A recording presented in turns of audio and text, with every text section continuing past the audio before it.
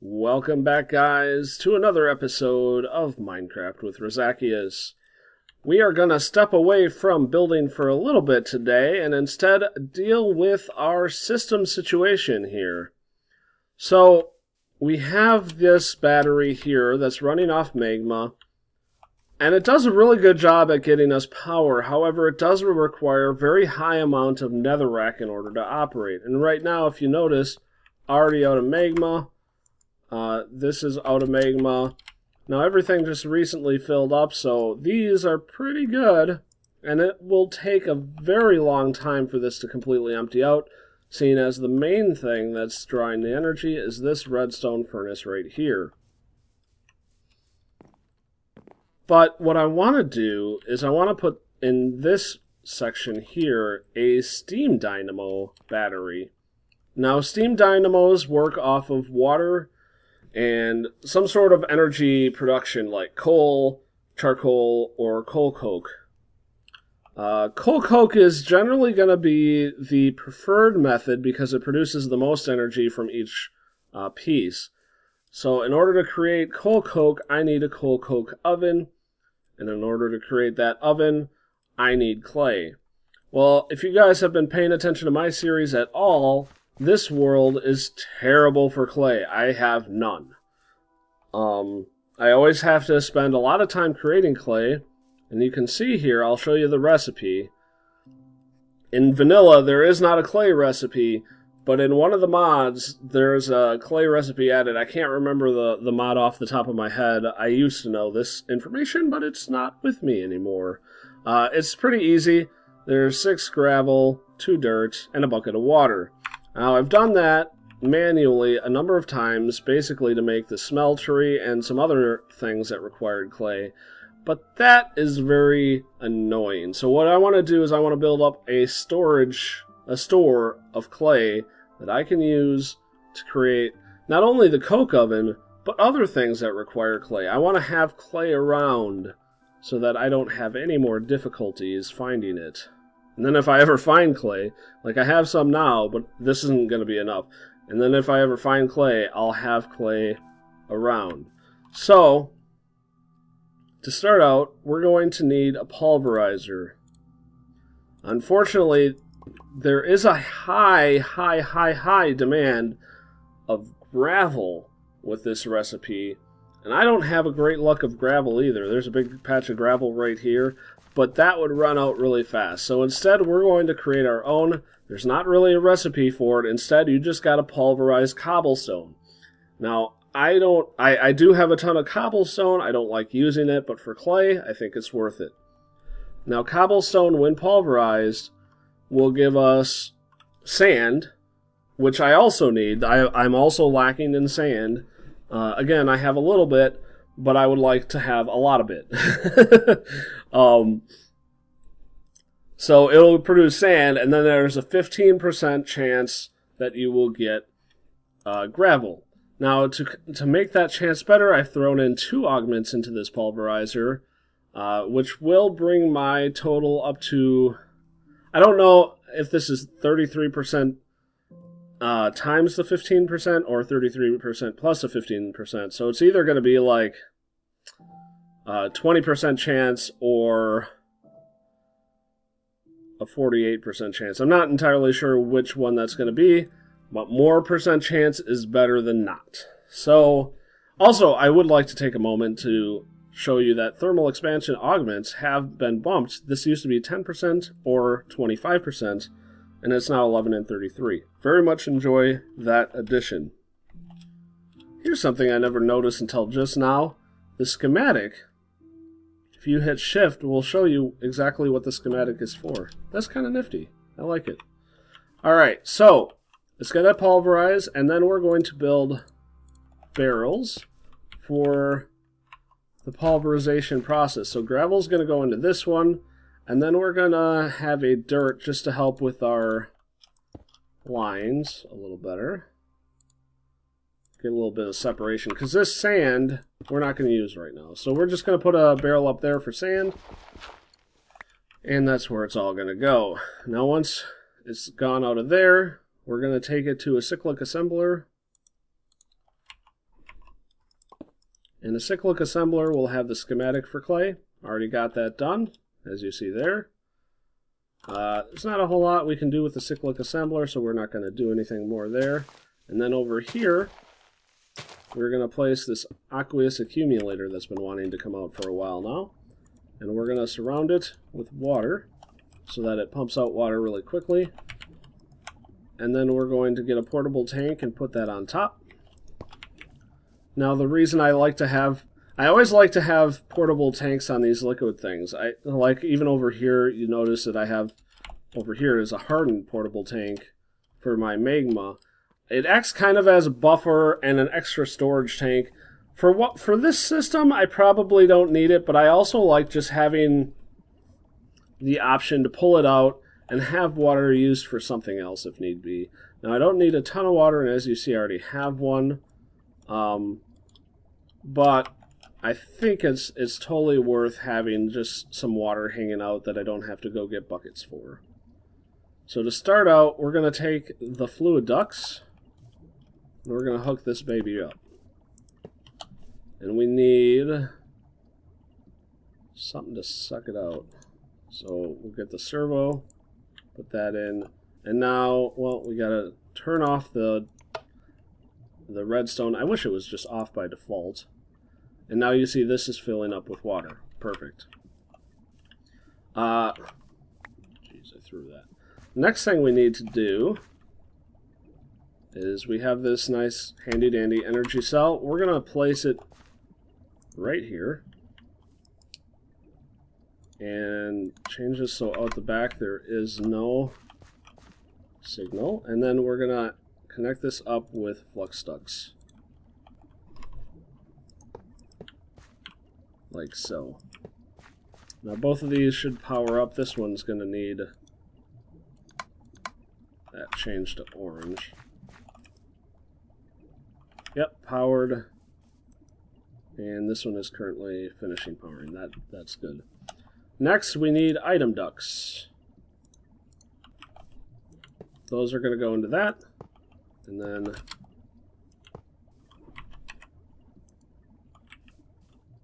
we're disconnecting the middle. I don't think that's going to be a problem, but just in case the dirt ever completely runs out, we don't really want sand going into that instead. Now this is going to be a little trickier. Because we want to have the dirt and the gravel separated here, we have created two different inputs, green and purple. The reason we want it separated is because dirt can fill this up. We have enough dirt to fill it up. It's going to be gravel that we're going to be waiting on. So we only want to serve half of it with gravel. Now to do this, we're going to go ahead and hook this up. And we're going to put in a filter. And, we have, for this filter, we're going to put dirt blacklisted. And now what this is going to do, not that one. What that's going to do is going to make it so that the dirt will come down and it'll see that it can't go here because it's blacklisted and go down here. This one with the gravel, meanwhile, will come in and it's going to see that it can come in this one because gravel is not blacklisted and it just goes to the nearest one automatically. That'll make it so that it'll always go that way. The only way that this whole system will get screwed up is if there is gravel full here and there is not dirt full here. I think that's going to be a low priority problem, so I'm not really concerned with that. Now, to get this thing really started, one last thing, almost forgot. We need a barrel at the end. This barrel at the end is going to be where the clay goes, so that's pretty important. And I also want to throw gravel in here and lock. This will make it so that even if this is empty, it'll always hold the gravel. Oh yeah, don't forget, put the servos and disable the redstone. And you'll see right away, this will get emptied. There we go. So gravel is in, and dirt makes its way in as well. Perfect. Now we need to put a servo here. Same thing. Disable redstone. And in a minute, or a second, we have cobblestone coming in. And that is grinding up and turning into sand. And then we should see the sand popping up here soon enough. There we go. Already got a couple of sand. We'll just put that one in there too. And this won't go until it gets 6 gravel. So hopefully this works fast. Got a little more cobble there, good. Now, for the pulverizer, the only other thing that I can really put here is there is an augment to speed things up. I could put that in. I could take out, for instance, the modular framework. That makes it so that I can't change this at all. But now that I got it set up, I probably don't need to, so I could. The problem is it does take up more energy if I do it that way. Oh, look. It must have got its extra gravel, so it went ahead and threw the clay in there. Now, again, like the sand, I already had some clay, so I'm going to go ahead and put that in. Alright. That is my contraption for clay creation. Now, I have a little extra time, so I'm almost wanting to just take the extra step and make a redstone furnace. Although I don't really need to. It's going to take too much effort to do that. So that might be something I do in the future. That's not worth putting in a video. That's the obvious next step of what to do with this system. Since I'm looking for bricks for the coal coke, the next thing I could do is create a item duct here and put a redstone furnace here and then another barrel. And what that will do is it'll suck the clay out of here, bake it, and then I'll have my bricks that I've been looking for. That's not bad. We're going to end up with a lot of sand, and that's not actually a bad thing either, because I am in need of sand as well. Like I said, there's not sandy beaches here in this world. Not sandy beaches at all. Let's see. Oh, nothing spawned. Since I have a little extra time here. Oops, I don't have my crossbow on me. Jump! I love jumping down there. I have pants on of the cloud pants, which is an enchantment that completely negates all damage from falling. A little overpowered in reality. A little OP, but it's fun. It makes jumping fun, especially with this build. I think it's going to be a very nice thing to have. Alright, we got everything again. There is actually a nearby cave that I've been wanting to explore since the very beginning of this game that I never did, and I completely forgot about it until recently when I was going back and searching of wool. Didn't find any wool, and then I went out and searched for sheep to get wool. I don't have any wool. This is a problem. But I did find this cave, and I wanted, since we have a few extra minutes here, let's do a quick look-see at it. I think that the cave has a spawner for arrows right at the beginning of it, which I don't think I can collect. Yeah, here it is. I love this pit. I think this pit is kind of awesome. And the fact that there's a tree at the bottom too. I have come through. Now there's this thing. I want to take this iron. Iron is something very dear to me.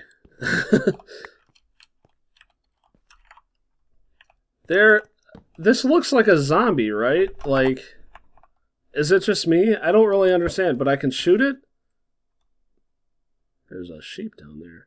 I can shoot it and it won't do anything. Why?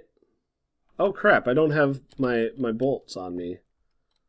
Well, let's just do it without it. I'm kind of scared to go down because of this weird zombie. Oh, shit! Holy fuck! What the hell? I don't understand. So it just like spawns, does it do it again? Like if I hit it again?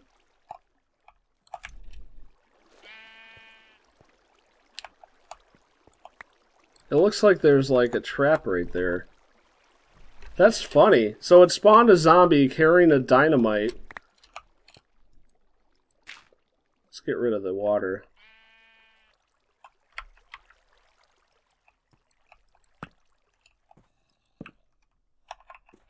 Does it do it again?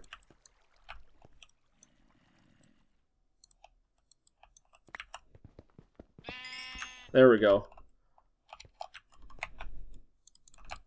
I don't know. It's so weird. And the zombie stays. Weird. Yeah, and there's the other spawner right there. I wish there was a good way to get rid of these. You know, when I added that in, I thought it was going to be really tricky to get up to them, but they almost never hit me. Dang it! Stupid traps. Why won't this zombie disappear? Seriously. It's so funny. Need food. I fear that there might be actually something over there. Let's put this in here. Fire charge. That's interesting.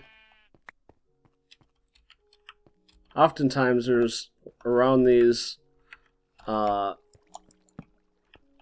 spawners, there's a traditional spawner. Wow, this is a big system. Already I can tell that.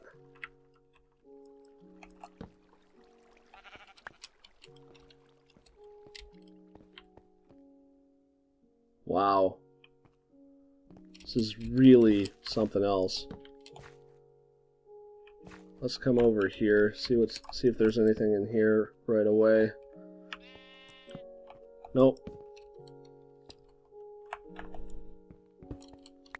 I want all this iron. That's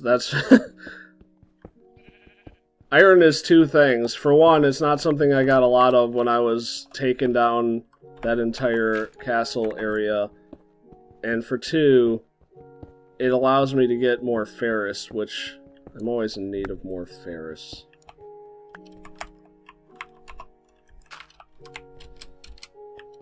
Alright. There's a lot of iron down here, too.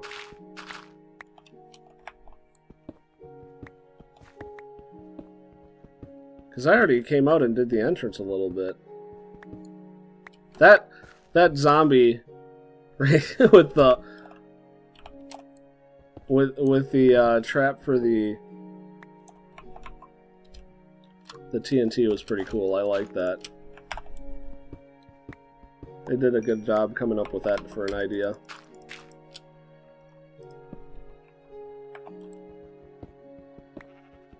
Good section of iron.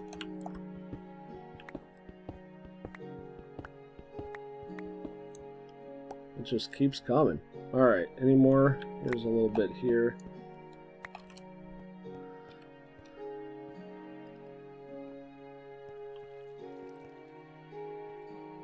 Well, let's go down here. We've got more time. You know, that... Son of a bitch. There's a lot of traps down here, too. I was expecting that device of mine to take up more of this episode, and I don't want to just cut it off at like 10 minutes. So sorry, this is kind of a mixed episode here. Ah! Freaking A! What is that? Infernal snagging celebrity of darkness. Poor Barbara. You deserve better. I wonder if that connects up with that other one that I found. Remember in like an episode or two ago, I went down into that other crevice by my castle, and it went like straight down, and then I found some sort of headcrumbs mob that was orange, just like that one, which means it's the supercharged infernal mob. I wonder if it's the same one. Like, it could be, because it's not really that far away. I mean, it was probably right down here. I bet it is the same exact mob. Like, I bet these two connect up. This one and that one over there. And I was getting close to the other side of that connection. Very interesting. Alright guys, I think that's going to cover it for today. Thanks for watching. I hope you guys enjoyed. If you liked this episode and want to see more, make sure to subscribe and like. And I will see you next time. Bye-bye. He's very powerful. These guardians, the portal guardians, are weak to mithril. I haven't gotten any. Well, I have gotten some mithril. I chose to make the Tesla coils instead of making my dwarves some swords.